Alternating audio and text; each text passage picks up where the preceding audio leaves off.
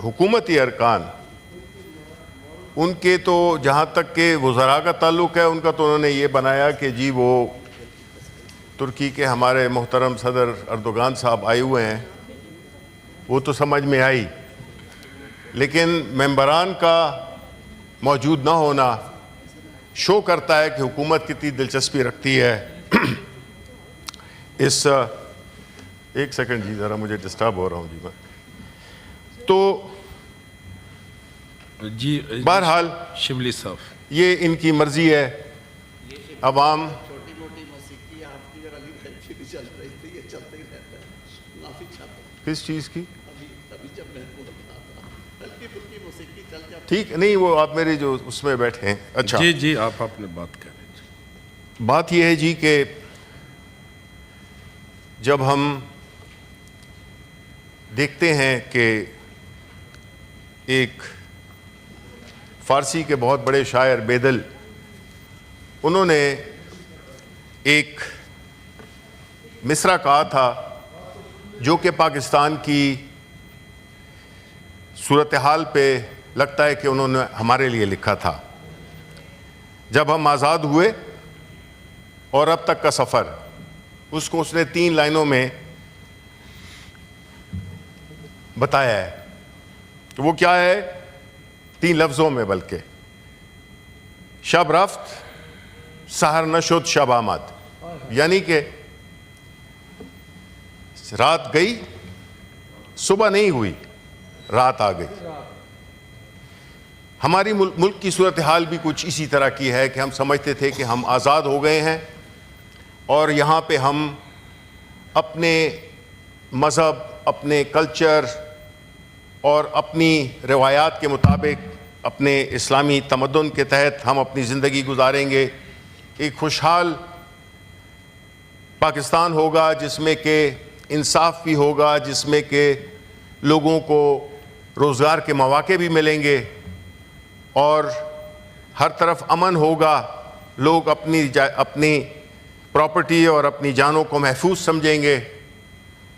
एक जमहूरियत पे मबनी हमारा सियासी निज़ाम होगा, एक आइन होगा, एक कानून की हुक्मरानी होगी और इस तरह से हम जो दुनिया के मुख्तलिफ ममालिक हैं उसमें अपनी एक शनाख्त बनाएंगे। लेकिन बदकिस्मती से पहले तारीख़ 1947 से तो हम नहीं शुरू करते, लेकिन मुख्तसरन मैं ये ज़रूर कहूँगा कि कौमें अपनी गलतियों से सीखती हैं, वो अपनी की हुई गलतियों को करेक्ट करती हैं, दुरुस्त करती हैं, ताकि वो गलतियां जिन्होंने कि हमें नुकसान पहुंचाया है उसका तदारुक हो सके और आइंदा हम वो गलतियां ना करें। लेकिन बदकिस्मती से जब 1971 में इलेक्शंस हुए तो 1971 के इलेक्शन का, हम छोटे थे उस वक्त, हमें इतना ज़रूर याद है और थोड़ी बहुत तारीख़ पढ़ी है कि जो वो इलेक्शन हुआ तो उसका जो बुनियादी तनाज़ा था कि जो ज़्यादा मैंडेट जिसको पाकिस्तान के अवाम ने दिया था उनको हुकूमत नहीं दी गई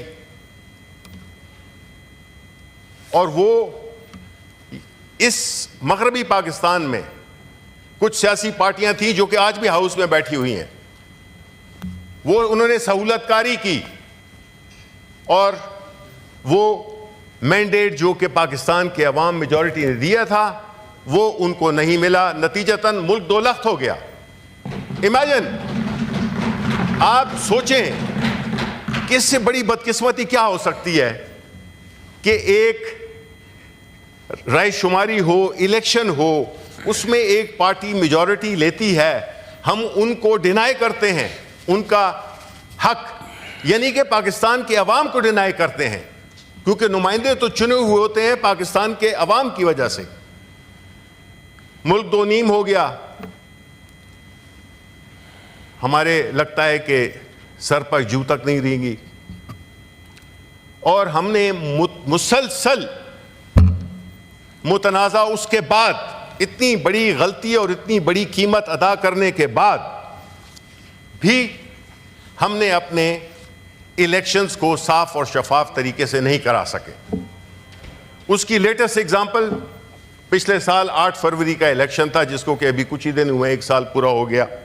वोट ऑफ नो कॉन्फिडेंस कराया गया, एक इलेक्टेड गवर्नमेंट को गिराया गया, और उसका बैकग्राउंड भी आपको पता है कि वो सिंध हाउस में जो मार्केट लगी हुई थी लोटों की, उसके जरिए एक इलेक्टेड गवर्नमेंट को डिस्क्वालीफाई, वो उसका नो कॉन्फिडेंस मोशन पास कराया गया। उसके बाद जो भी हुआ आपने देखा, और ये कहानी बड़ी पुरानी है, लेकिन अब इसमें कुछ और ज्यादा शिद्दत आ गई है कि पाकिस्तान चूंकि कभी भी फ्री एंड फेयर इलेक्शंस नहीं करा सका, नतीजतन मुल्क में मुआशी, सियासी, समाजी अदम इस्तेहकाम मुसलसल रहा। क्योंकि जो भी इलेक्शन होता था उसमें जो लोग जिसको इनको हराया जाता था वो प्रोटेस्ट करते थे, और इस तरह की कहानी चलती रही। और हमने कुछ सबक नहीं सीखा, और ना हमने कोशिश की, बल्कि हमने कोशिश ये की कि किस तरह से इस निज़ाम को मज़ीद, इस धांधली के निज़ाम को किस तरह से मज़ीद बेहतर किया जाए। उसकी पहली मिसाल, जब पीडीएम की हुकूमत आई, पहले 2 कानून इन्होंने स्क्रैप किए। पहला कानून कि ईवीएम को हटाया जाए। ईवीएम चूंकि एक फ्री और फेयर इलेक्शन की तरफ से हमारी हुकूमत का एक बड़ा मेजर इनिशिएटिव था, उसको सबोटाज किया गया, उस कानून को हटाया गया। यह तो हुई इलेक्शन को मुसलसल उसी तरह से धांधली ज़दा करने के लिए वो स्क्रैप की गई। ये एजाज़ इनको जाता है पीडीएम की हुकूमत को। फिर दूसरा जो लॉ स्क्रैप किया, ये पहली लेजिस्लेशन है इनकी, और वो थी नैब के कानून में तब्दीली। किस तरह से प्रोटेक्ट किया इन्होंने अपने लोगों को, किस तरह से इन्होंने ऐसे उसको तराशा कि जिससे कि करप्शन ना रहे, जिससे कि जो लोग करप्शन के मुर्तकिब होते हैं उनको छुट्टी मिल गई। यानी दूसरे लफ्जों में करप्शन को उस लॉ की वजह से उसको में तब्दीलियां की गई। अब देखें, बात यह है कि आप किस नीयत से काम करते हैं और किन लोगों के लिए आप काम करते हैं। आपने वो कवानीन अपने लिए बनाए, आपके लीडर्स थे, पीएमएलएन और पीपल्स पार्टी के लीडरशिप पे करप्शन के सीरियस चार्जेस थे, जो कि इन्होंने अब एक दूसरे पे बनाए थे। हमने नहीं बनाए थे, इन्होंने एक दूसरे पे बनाए। और जब बात आई इक्तिदार की, उसमें ये दोनों शामिल हो गए, भाई भाई बन गए। पहले एक दूसरे की जो भी बातें करते थे वो तो जो करते थे, आज भाई भाई बैठे हुए हैं। लेकिन बात यह है, बहन कौन है भाई? नहीं, हम पार्टी लीडरशिप की बात कर रहे हैं।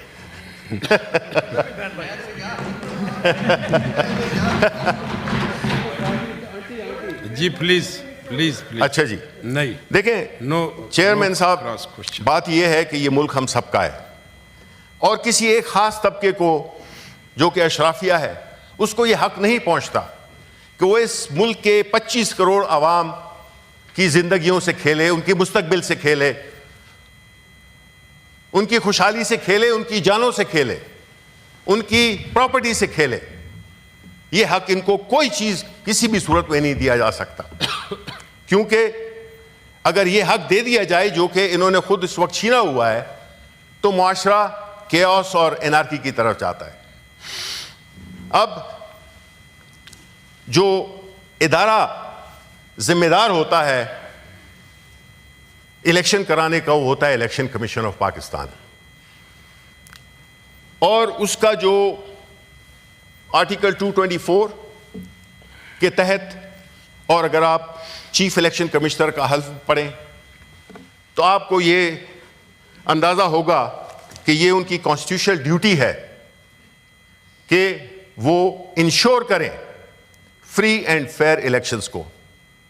लेकिन जब इलेक्शन कमीशन ही पार्टीजन हो जाए, जब इलेक्शन कमीशन ही एक फरीक बन जाए, तो फिर वो वही फैसले करेगा जिसमें कि उसने हमारी पार्टी का इंतखाबी निशान हमसे वापस लिया। हमारी जितनी भी पिटिशंस थी, कितनी मुश्किलात हमारे लिए क्रिएट की गई, आज तक हो रही हैं। ये ऐसा बायस्ड, इतना कंप्रोमाइज्ड इलेक्शन कमीशन हमने अपनी तारीख में नहीं देखा था। इलेक्शंस लेट कराए, कॉन्स्टिट्यूशन को सबवर्ट किया गया। यह आईनी जिम्मेदारी थी कि जब असेंबलियां डिसॉल्व हो जाती हैं तो आपको 60 दिन या 90 दिन के अंदर इलेक्शन कराने होते हैं। वो भी इलेक्शन कमीशन ने किया और वहां से एक चेन ऑफ इवेंट्स हुआ जिसमें कि इलेक्शन कमीशन ने, उससे पहले इलेक्शन एक्ट में भी तब्दीलियां की गई और इस किस्म के कवानीन डाले गए। तो जब इलेक्शन हो गया और बावजूद तमाम तर मुश्किलात खड़े करने के, लोगों को उठाए जाना, इलेक्टोरल सिंबल नहीं देना, मज़हका खेज किस्म के इंतखाबी निशान देना, उसके बावजूद पाकिस्तानी अवाम ने जमहूरियत के साथ अपनी कमिटमेंट को निभाया और पाकिस्तान तहरीक इंसाफ के हमायत याफ्ता कैंडिडेट्स को वोट दिया। लेकिन चूंकि मकसद तो रोकना था पीटीआई का, सारे हरबे नाकाम हो गए, लीडर को भी जेल में डाल दिया, तो फिर इसका नतीजा क्या निकलता? चाहे वो इलेक्शन ट्रिब्यूनल बने, उसमें बायस नजर आया इलेक्शन कमीशन ऑफ पाकिस्तान का, चाहे जितनी उजरदारियां थीं, जितने भी मसाइल थे, उसमें मेन आइटम यही था कि पाकिस्तान तहरीक इंसाफ को किसी तरीके से कोई रिलीफ नहीं देनी है। उसके अलावा जो एक मिसाल आपको भी दे देते हैं कि सानिया निश्तर की भी बात हुई, उसने सितंबर में इस्तीफा दिया हुआ है, सितंबर 18 को इस्तीफा दिया हुआ है, वो आज तक मंजूर नहीं हुआ। खैबर पुख्तनख्वा से थी वो हमारी सेनेटर कासिम, उनका पूरा नाम मैं माजरत चाहता हूँ, रोंजो, कासिम रोंजो, उन्होंने एक हफ्ता पहले के 10 महीना पहले इस्तीफा दिया, वो मंजूर भी हो गया। उनका सिंध से ताल्लुक था, बलूचिस्तान से ताल्लुक था, बलूचिस्तान से ताल्लुक था, वो फौरन सीट भी विकेट हो गई और नोटिफिकेशन भी हो गया। लेकिन खैबर पुख्तनख्वा को, वो चूंकि खैबर पुख्तनख्वा से थी, उनको रिलीफ नहीं देना, क्योंकि ऑलरेडी ये कितनी अफसोस की बात है। मुझे लॉ मिनिस्टर साहब बताएं कि वो किस तरह से जस्टिफाई करेंगे एक हाउस ऑफ फेडरेशन जिसमें कि एक सूबे को डिनाई किया जा रहा है कि उसके सेनेट के इलेक्शंस हों और उसके नुमाइंदे सेनेट में आए, तो खैबर पुख्तनख्वा के अवाम क्या सोचेंगे कि ये हाउस ऑफ फेडरेशन है या ये कुछ और है? तो इस तरह की जब चीजें होंगी तो फिर इससे बड़ी मुश्किलात बढ़ती हैं और सोसाइटी तकसीम होती है। नहीं, देखें चेयरमैन साहब, जो बात हुई है हमारी वही कि उसमें आपने कहा 45 मिनट 1 घंटा बात करें, ये आपने कहा था कि नहीं? तो ये मजाकन थी वो सर, इस तरह की उस पे मजाकन बातें नहीं होती हैं। मैं इंपॉर्टेंट इश्यूज रेस कर रहा हूं कि देखिए सर, बात ये होती है कि जब इलेक्शंस फ्री एंड फेयर नहीं हो तो गैर नुमाइंदा लोग ऐवानों में बैठे होते हैं, उनकी वो मॉरल हैसियत नहीं होती, उनके पास वो अखलाकी जवाज नहीं होता कि वो हुकूमत कर सकें। वो ऐसे कवानीन बनाएंगे जिससे कि अवाम का कोई ताल्लुक नहीं है, वो सिर्फ अपनी पावर को कंसोलिडेट करने के लिए कवानीन करेंगे। उसमें जिस तरह कि आपने देखा